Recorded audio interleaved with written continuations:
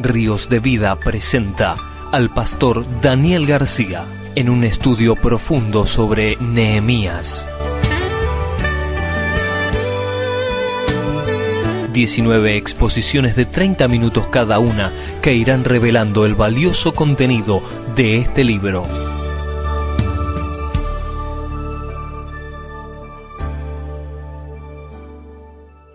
Dice así la palabra de Dios, palabras de Nehemías, hijo de Acalías.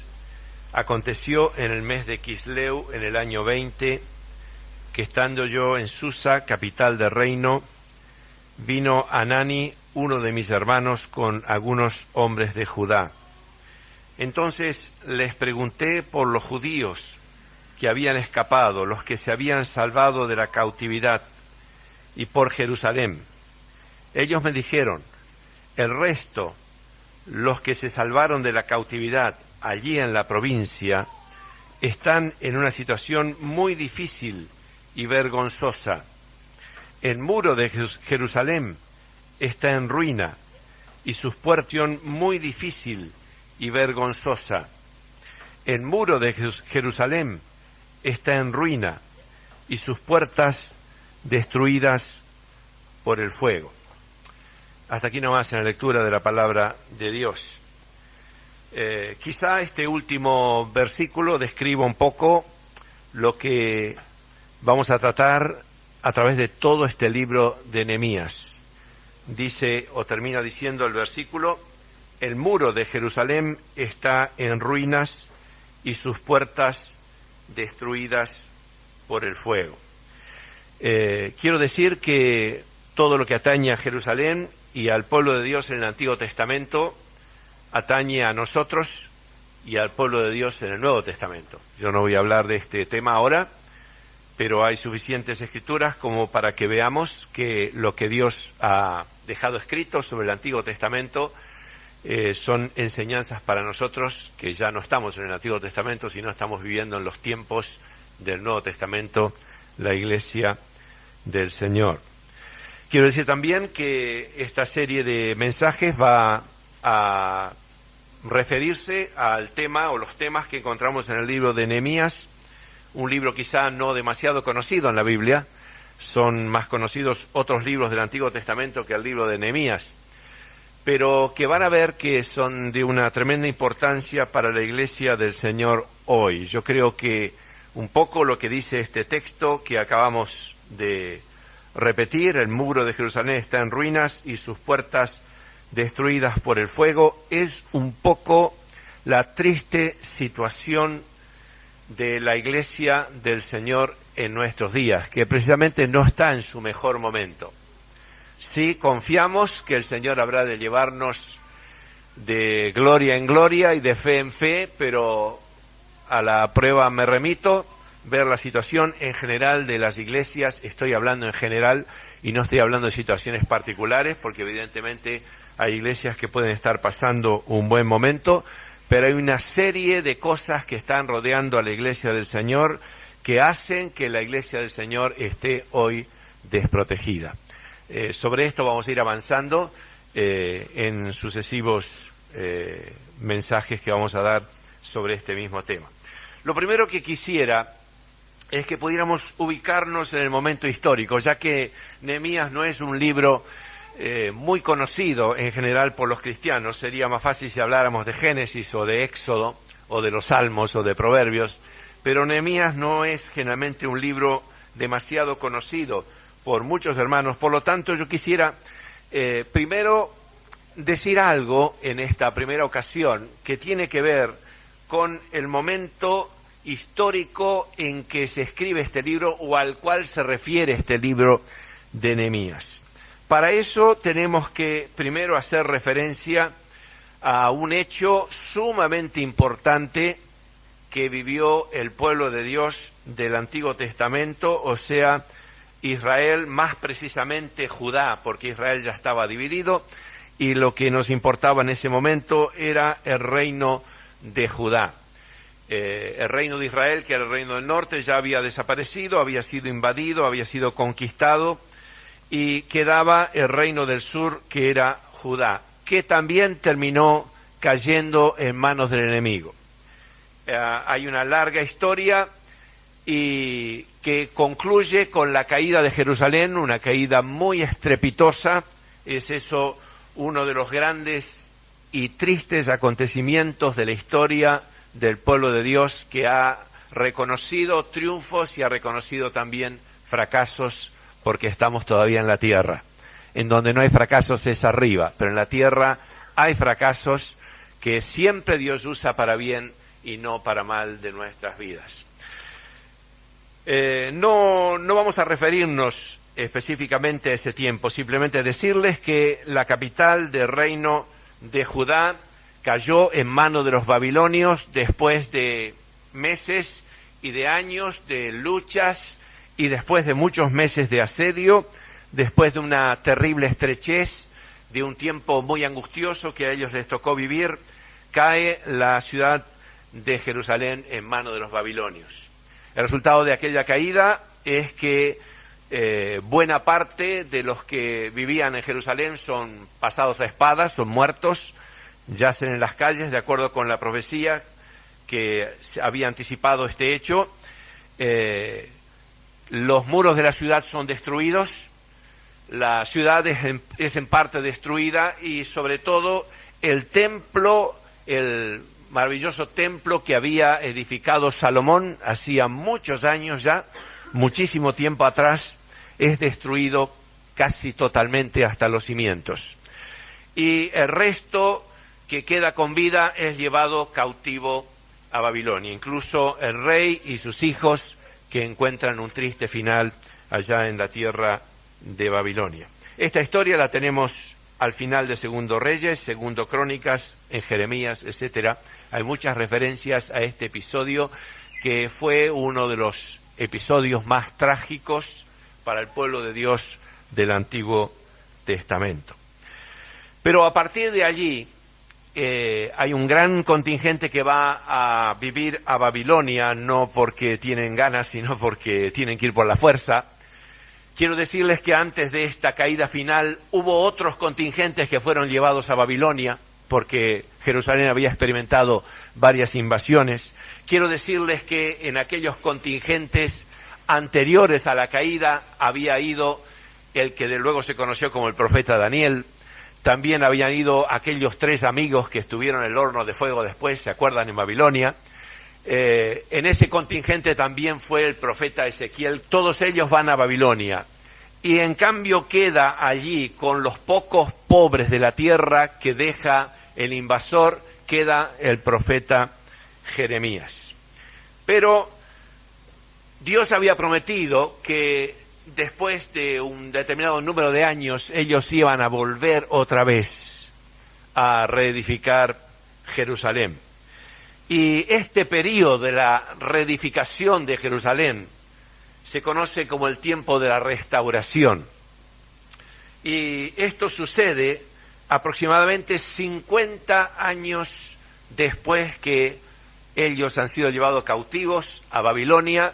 Vuelve un primer contingente con el permiso del rey, con el beneplácito del rey, vuelve un primer contingente a Jerusalén y viene a las órdenes de Zorobabel. Él es su jefe, y el objetivo que traen y que está específicamente designado en la orden del rey es que vengan a restaurar el templo que ha sido destruido. Ese es el objetivo específico de ese primer contingente, que son miles de personas que vuelven con Zorobabel para reedificar el templo que está destruido. Todos estos datos, la mayor parte de los datos referente a la vuelta de los cautivos, a esta primera vuelta, porque hay otra vuelta importante, a esta primera vuelta los tenemos relatados en el libro de Esdras. Pero luego hay un segundo contingente que vuelve. A veces no está claro esto de las fechas, y hay fechas que evidentemente no están claras, pero otras fechas sí están bastante claras y han sido ubicadas con bastante precisión. Y este segundo contingente viene a las órdenes de Esdras, un escriba diligente en la ley de Dios, que a la sazón vivía en Babilonia, y que ahora también él siente el llamado de Dios para volver a Jerusalén. Tiene noticias de que en Jerusalén están trabajando aquel grupo que fue, y él siente también de ir con mucha gente que le acompaña, pero esto sucede 70 años después del primer contingente. ¿Está claro? Es bueno que esto lo tengamos en cuenta porque si no es un poco difícil entender los distintos personajes que encontramos en Esdras y que encontramos en Nehemías. Como todo está contado, mayor parte está contado en el libro de Esdras, nos parece que fuera Esdras del mismo tiempo que Zorobabel. Y ya cuando llega Esdras a Jerusalén, ya Zorobabel y su gente han pasado y están las generaciones que siguen. Así que, para que lo podamos entender, luego que cae Jerusalén y son llevados cautivos a Babilonia, a los 50 años vuelve Zorobabel con gente. El motivo para el cual viene es para reedificar el templo y restaurar el culto al Señor. Pero luego tenemos el relato de la venida de Esdras que no sucede inmediatamente como parece, un poco al leer uno sin ver los detalles. Esdras viene 70 años después con otro contingente y poco antes o poco después, pero contemporáneo a Esdras, a este segundo contingente, está Nehemías. ¿Está claro? Poco antes o poco después se discute si vino antes o vino después Esdras que Nehemías, pero sí sabemos que Esdras y Nehemías son contemporáneos. Y el propósito principal, entre otros, el propósito principal que trae Nehemías, que es al fin y al cabo el que más sobresale en este periodo, es reedificar los muros de la ciudad que están destruidos. Este relato lo tenemos en el libro de Esdras y en el libro de Nehemías, y hay 3 profetas que también están en el Antiguo Testamento que se refieren a este periodo, o al de Zorobabel, o al periodo de Nehemías y Esdras, y estos son Ageo, Zacarías y Malaquías. Ahora, muy bien, estas son las circunstancias históricas, como para que un poco entendamos cómo es que llegamos a la situación de Esdras, de dónde vienen las cosas. Pero ¿cuál es la enseñanza que realmente nos deja un periodo tan trascendente como le tocó vivir a Nehemías y a Esdras, a Zorobabel? Bueno, hay varias enseñanzas. No vamos a referirnos al tiempo de la caída de Jerusalén, que tiene profundas enseñanzas. Las desgracias en el pueblo de Dios no vienen por casualidad. Estaban profetizadas, Dios había hablado, había dicho, había amonestado, había enviado profetas, habían sido encarcelados, habían sido muertos, y al fin se derrumbó Jerusalén. No podemos gratuitamente desoír la palabra de Dios y seguir alegremente por la vida. La palabra de Dios es la palabra de Dios, y es necesario oír la palabra de Dios, nos guste o no nos guste, nos agrade o no nos agrade. Las consecuencias están en la vida. Yo no digo más que esto es suficiente. Podríamos hablar muchísimo sobre ese periodo que es muy interesante de la caída de Jerusalén, pero simplemente lo quiero dejar para ocuparnos de precisamente lo que habla Nehemías, que es del tiempo de la restauración. Ahora bien, cada contingente del tiempo de restauración, cada contingente de estos dos que acabo de explicar, el que vino con Zorobabel y el que vino con Nehemías, viene con un propósito definido. Y ese propósito no se le ocurrió a ellos. Se juntaron los hermanos, dijeron, sería bueno que vayamos a edificar el templo. Bueno, vamos. O otras veces se juntaron los hermanos, dijeron, sería bueno que vayamos a reedificar los muros. Vamos. Todo viene de Él, todo parte de Dios, y sin Él nada podemos hacer, ni siquiera lo que nos parece bien, porque no sabemos lo que conviene a la obra de Dios. Dios lo sabe, Dios es el que dirige. Decimos que Jesucristo es el Señor, pues es el Señor. Si es el Señor, es el que gobierna, el que dirige, el que guía, el que nos abre un camino, el que nos lo cierra, el que nos presenta otra cosa, Él es el que es el Señor. Y creemos que es el Señor. Y vemos el comportamiento de sus siervos acá, que van obedeciendo a la voz de Dios, y por eso tienen éxito en medio de problemas inmensos, como tener que reconstruir el templo y tener que reconstruir los muros en medio de naciones que eran totalmente adversas y que no querían que nadie viniera a procurar el bien del pueblo de Dios. Cualquiera que viniera a procurar el bien del pueblo de Dios, se constituían ellos en enemigos para barrerlos si era posible y sacarlos de en medio del lugar. Pues ambos contingentes tienen un profundo significado para la Iglesia del Señor. El primero de estos contingentes, bajo Zorobabel, él vino a reconstruir el templo y nos habla de lo que Dios hace primero cuando restaura a su pueblo. Hay muchas ideas de restauración. Hay hermanos que piensan que restaurar es tener un poco más de libertad. Y nos alegramos porque haya un poco más de libertad. Hay congregaciones que se contentan con tener un poco más de libertad. Bueno, ahora, por ejemplo, aplauden en la congregación. Ahora, por ejemplo, cantan algunas canciones que tienen más ritmo. O ahora se ve más alegría. O ahora aceptan canciones nuevas que antes no aceptaban. Y celebramos todas las aperturas que haya, porque el ser humano tiende a veces a cerrarse en su pequeño círculo y sentir cierta seguridad en su círculo. La seguridad está en Cristo, no está en nuestro círculo. Pero el ser humano tiene esa fuerte tendencia a encerrarse en su círculo.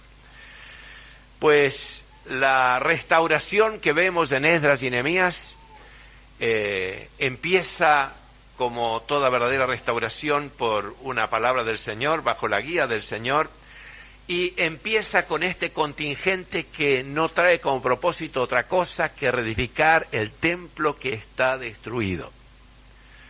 Quizá nosotros, con buen criterio, hubiéramos decidido edificar los muros primero. Ahora hablar de muros, ahora sirven para el turismo los muros, ¿no es cierto? Vamos a ver los muros que eran de la ciudad. Mira los muros que eran de la ciudad, y nos reímos de los muros que eran de la ciudad. Pero en aquellos entonces era la vida o la muerte. Los muros eran la efectiva defensa. Había ciudades que eran rodeadas por meses y no podían rendirlas. En inferioridad de condiciones, pero estaban cerradas en una ciudad con murallas, con puertas, con barras. No se abrían las puertas y no podían rendirlas. Algunos grandes conquistadores tuvieron que estar meses y meses como para rendir a la ciudad de Jerusalén ya diezmada y exhausta. No la podían hacer rendir, podían hacerla rendir al fin de hambre. Tan importante eran los muros. Toda la vida transcurría dentro de los muros. Había gente que vivía en el campo, pero cuando había peligro se recogía tras los muros, allí estaban seguros. De manera que con buen criterio cualquier cristiano de nuestro tiempo, cualquiera de nosotros, hubiera hablado con su compañero y hubiera dicho: está bien eso de construir el templo, ya lo vamos a hacer, esas son nuestras intenciones, pero lo primero que hay que hacer acá hay que edificar los muros. Debe haber un error, debe haber un exceso de celo, de sentimentalismo. Aquí Jerusalén lo que necesita son los muros. Si tiene los muros, después todo lo demás se puede edificar. Pero Jesucristo es el Señor, decimos, y creemos, y dice la Biblia, y Él es el que manda, y Él ha dicho que hay que edificar el templo. De manera que Zorobabel no va con otro propósito que edificar el templo. Por cierto, le cuesta más de 18 años. La obra se para, los enemigos amenazan, a ellos les apodera el miedo. Satanás sabe el tremendo valor que tiene el templo. Ahora voy a explicar lo del templo. Porque no era una mera catedral, no era un mero lugar. El tremendo valor, significado que tenía eso de que el templo empiece a funcionar de nuevo. Hasta que al fin se edifica aquel templo y se reconstruye en aquellos años. Es que Dios siempre empieza por adentro para afuera. Los hombres empezamos de afuera para adentro, ¿no? Dios empieza de adentro para afuera. Viene alguien, a lo mejor a la iglesia, a un culto, en un estado espantoso, destruido. Y a veces los hombres tenemos problemas para recibirlo. Dios no tiene problema para recibirlo. No tiene problema para recibirlo. Al contrario, Él es amplio en perdonar. Porque Él lo que quiere es llegar a conquistar ese corazón. El Señor sabe que si conquista ese corazón, tiene toda la vida. Ya cambiará, le sacará los harapos, ya le quitará las cosas externas tan feas que tiene, ya cambiará ese rostro que tiene. Dios empieza por adentro. Cuando nosotros hemos entrado en el reino de Dios, hay muchas maneras de entrar en el reino de Dios. Se puede entrar por la puerta, se puede entrar por otro sitio. Hay gente que se adhiere a una congregación porque simpatiza, porque le parece bien para sus hijos, porque es un lugar de protección, porque es buena gente. Estos son todos otras puertas, pero hay una puerta que se llama Jesús. Yo soy la puerta, dice. El que por mí entrare será salvo. Hay un relato allí en uno de los evangelios donde dice: amigo, ¿y tú cómo entraste acá? Que no tienes el vestido de boda. Ese no había entrado por la puerta, había entrado por otro sitio. Se estaba engañando a sí mismo y fue sacado afuera. Pero hay una puerta que se llama Jesús. Y Dios empieza con el corazón nuestro. De nada vale que hagamos lo que fuera por nuestros hermanos o por los de afuera si no hemos arreglado nuestras cuentas con Cristo, si no hemos tenido un encuentro con Él, si no hemos sido regenerados, si no hemos sido salvados, si no tenemos el Espíritu de Cristo, ¿verdad? Dios empieza por adentro, luego viene lo de afuera. Aún mi relación con los hermanos está en segundo término, que es importantísima, pero está en segundo término. Mi primera relación es con Dios. Gloria a Dios.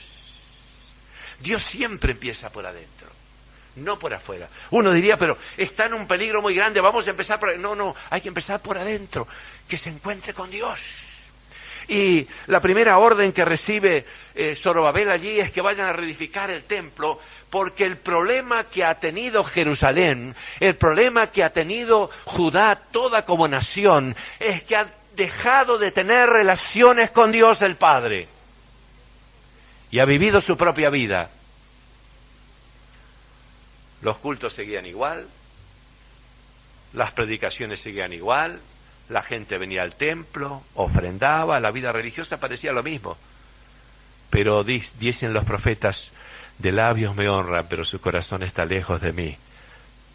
No tienen relación conmigo. Yo quiero que se edifique el templo y empiece una nueva relación conmigo. El templo en el Antiguo Testamento era figura del lugar del encuentro con Dios. El Nuevo Testamento es la persona de Cristo. Es la persona de Cristo. Nuestro encuentro con Dios es a través de Cristo. En el Antiguo Testamento era en el templo. Era necesario volver a experimentar a Dios en la vida. Era necesario arreglar las cuentas. Era necesario dejar el pecado. Era necesario dejar las cosas de esta vida como cosas prioritarias. Era necesario dejar los ídolos ajenos, los dioses ajenos, aquellas cosas a quienes les brindamos nuestro cariño, nuestro especial afecto, nuestra devoción más íntima. Aquellas cosas le correspondían a Dios.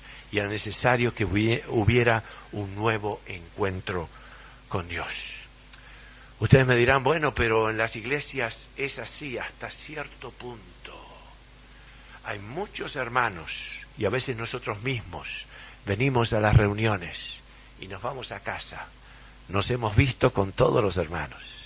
Hemos cantado, hemos orado, hemos pasado un buen rato, hemos conversado con los amigos y nos hemos encontrado con todos menos con Cristo mismo. Y mis hermanos, con el primero que tenemos que encontrarnos es con Cristo. Nuestro corazón viene a verse con los hermanos, lo que quiera, pero ante todas las cosas viene a encontrarse con el Señor, viene a adorar a Dios, viene a amar a Dios, y viene como un alma sedienta que quiere encontrarse con Él. Y mis hermanos, esto no es una cosa fácil, es una cosa en la cual tenemos que persistir todos los días, y no tenemos que aflojar. Dios nos tiene a prueba en este mundo, para ver si realmente le amamos o no le amamos. Así empezamos el culto hoy. Si realmente amamos a Dios por sobre todas las cosas. Primero es el culto a Él. Primero es el encuentro con Él. Primero es dejar nuestro corazón en sus manos, en su presencia. Primero es rendir nuestra vida a Él. Después todo lo demás que viene. Luego vendrán las casas, luego vendrán los muros, luego vendrá la ciudad, luego vendrá la defensa. Y termino diciendo lo que ya nos ocuparemos en un próximo mensaje. El segundo contingente que viene con Nehemías, viene, ese sí, a restaurar los muros, porque ya estaba funcionando el templo. Ahora ellos vienen a restaurar los muros. Después que está funcionando el templo son necesarios los muros. Y ya veremos cuando hablemos lo que significan esos muros. Esos muros hablan de separación, no la separación legalista. No hagas esto, no hagas esto, no hagas el otro. Esos muros significan una separación que tenemos aquí adentro. No hago aquello porque no me gusta más. Porque Dios ha edificado una defensa acá, en mi corazón. Y esa defensa llega a cubrir toda la congregación local. La iglesia llega a crecer, ya de esto vamos a hablar en sucesivos mensajes, llega a desarrollar, llega a haber ministerios que cubren la congregación y son una verdadera defensa para la iglesia. Bendito sea Dios. Familias, hombres, mujeres, que constituyen una verdadera defensa y protección para la iglesia del Señor. Bendito sea su nombre.